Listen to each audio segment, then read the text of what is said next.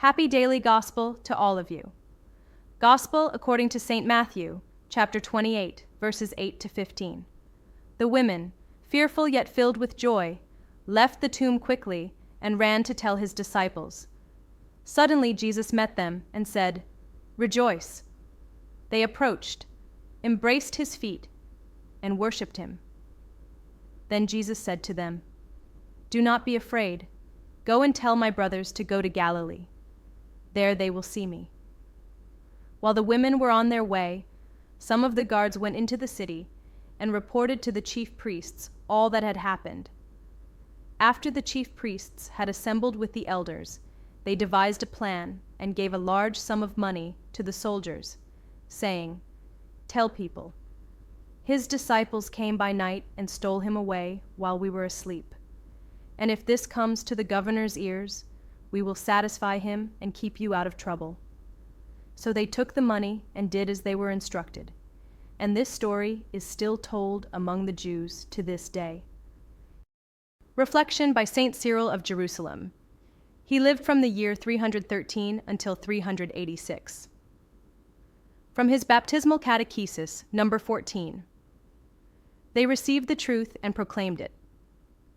The chief priests and Pharisees sealed the tomb under Pilate's orders, but it was the women who beheld the risen one.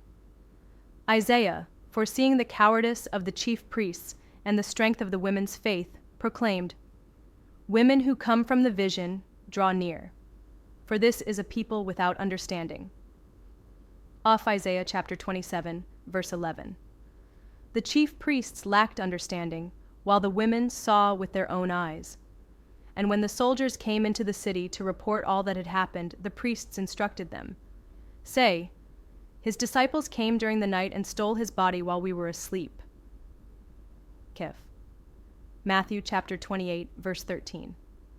Isaiah rightly foretold this, as if speaking directly to them. Do not prophesy to us what is right. Speak to us smooth things, prophesy illusions. Quais pres Isaiah chapter 30, verse 10. The risen one stood alive, and yet they offered money to the guards to buy a lie.